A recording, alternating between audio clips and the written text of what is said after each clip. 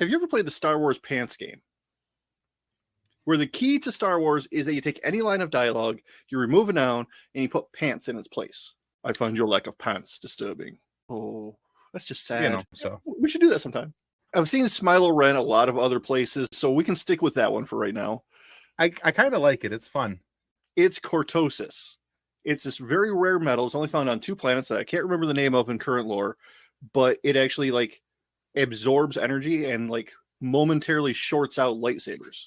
So it's right because it's so rare, it's incredibly dangerous since most Jedi don't know it exists, which you could see their utter confusion of the what the heck just happened to my lightsaber. So, I mean, it's only shown up in a couple places.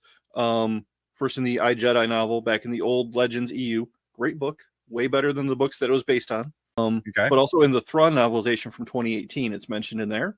So, you know, it's a known element. I appreciate that they threw it in there without having to like make a big deal about it. It's just there. The world is built. We're just playing with it. Headbutting your enemy's blade as it's coming at your head was one of the most badass things I've seen in a while. Right? I had to restart the Roku because I was backing things up too much. Kathleen's like, can we just watch the show? Yeah, but that was just insane the way he used his head, literally. You know, usually you lose a headbutt every time you throw one, but he was making it work. I'm going to do that a lot this year. Anyway. Yeah. But yeah, the sexy Sith. And if there is so much talk on the internet today about this dude's arms, Manny, I think his last name is pronounced Jacinto. Yeah, his fighting style was just remarkably brutal, you know? Very centered. Right. Yord mentions like he doesn't follow any rules of combat. He just, you know, well, no, he's not going to follow your rules of combat. He's there to headbutt your lightsaber off and then kill you. Sometimes stab one guy and force pull another guy onto the same blade.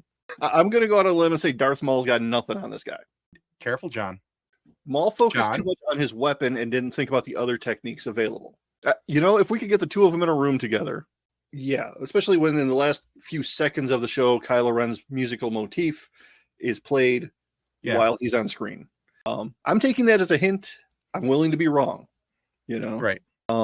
Couple things about his behavior too, like a Jedi might call me a Sith. Well, yeah, you might do something, but you could be wrong. Well, I will say that the character is a psychopath, referring to Jeki as an it. And if you want a bad guy, I want bad guys in one of two ways. I either want them to be maniacal or psychopathic. And he's a little bit of both. Actually, one of my favorite things that he does is, you know, when the Jedi ask him, well, you know, shouldn't you be hiding, or, you know, and he just like tips his head to the side. I wore a mask. Like like, okay, he's crazy, and he's probably my favorite character this year. You know, like love him. Not like I've got my face on a billboard here, you know. Yeah, there's something going on there that we don't know yet. Really loved about this episode in particular is, I don't know if you remember about 25 years ago when everybody and their brother was trying to make a Star Wars fan film. It had to do with multiple Jedi fighting a single Darksider in the woods. Because that was the most Star Wars looking location most people in North America could find. The sabers are top notch. The choreography is amazing. The music is, oh my God, amazing. Just everything about it was great. This is what everybody was trying to do a quarter of a century ago, and wow, I feel old now. Oh my God, that was the most hardcore murder we've seen in Star Wars. I like how they got around the everybody survives a single lightsaber stab now. They gave her 3. The lungs and the heart. Okay, we're good. I'm sad because she's actually one of my favorite characters this season. I was really enjoying Jeki. Really enjoyed her in this episode, especially her fight against May. And I was hoping that, you know, at least her and Soul would make it through. Yeah. But she did a really good job. You know, she did. She was holding her own. Yeah. Using a saber that was way too big for her hand because she had the Wookiee saber. And then 2 sabers, you know, and they did a really good job last week establishing that she knows how to use a weapon when she was doing her drills at the temple. She was faster, she was tighter than everybody else in the room. It's like, she's been practicing a lot. Remember, alcohol don't mix. Anyway, no, I mean, I thought she was a really good character. She was established well. She had a sense of humor. We saw her interact with Osha, you know, joking, laughing. Okay, so next time I'm in town, we're going to, you know, trade some stories. go for some drinks. She's reading May her Miranda rights, basically, with the "you're under arrest for this, you're under arrest for that, you're under arrest for this thing." Yeah, she just met an untimely demise. That's what happens when you get in over your head in a fight with somebody who's just killing Jedi. Yeah, this is not a hold you see very often in Star Wars.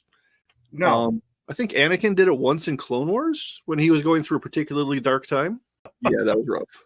So I have heard some people say, well, couldn't he sense a difference, when he be able to tell that she was like closer to the dark side? The Jedi Council was in the room with Palpatine. Jedi can't detect crap. It's not Osa, it's Osha.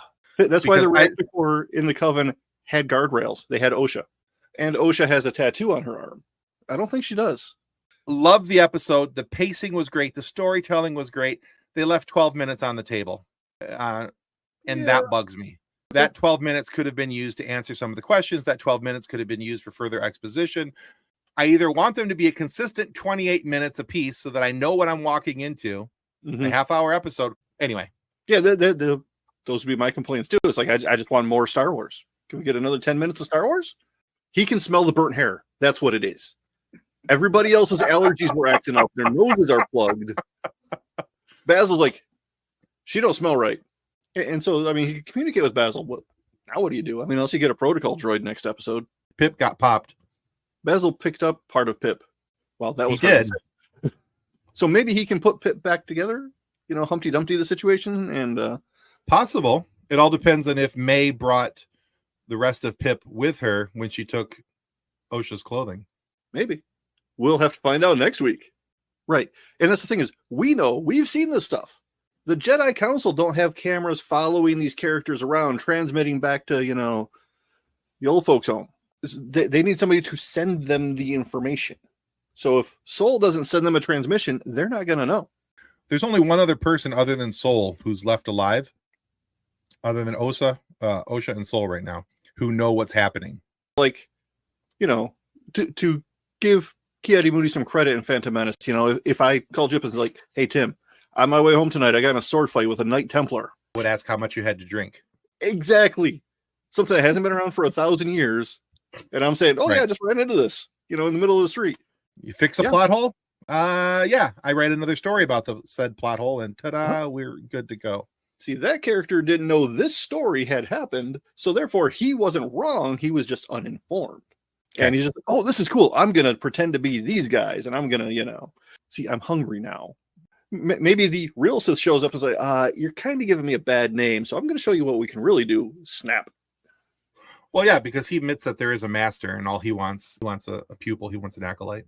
So for a coven of women, of all female coven, where did he come from? Or is he Sol's son? Because Jedi can participate in adult activities as long as they don't get attached. I want to be if I'm a Disney shill, I want some of that Mickey Mouse money. So we're not getting any of that, by the way. And then there's those who really enjoying the acolyte. So there's a lot of hate out there right now. Ignore the haters. Go find your people. Go find your nerds. And it's okay to be critical of the show. It's not okay to be toxic. Critical means you're being a fan. Toxic means you're just being a jerk. And don't be a jerk. Let people like what they like. Let people dislike what they dislike. It is what it is, because at the end of the day, it's not their fandom, it's your fandom.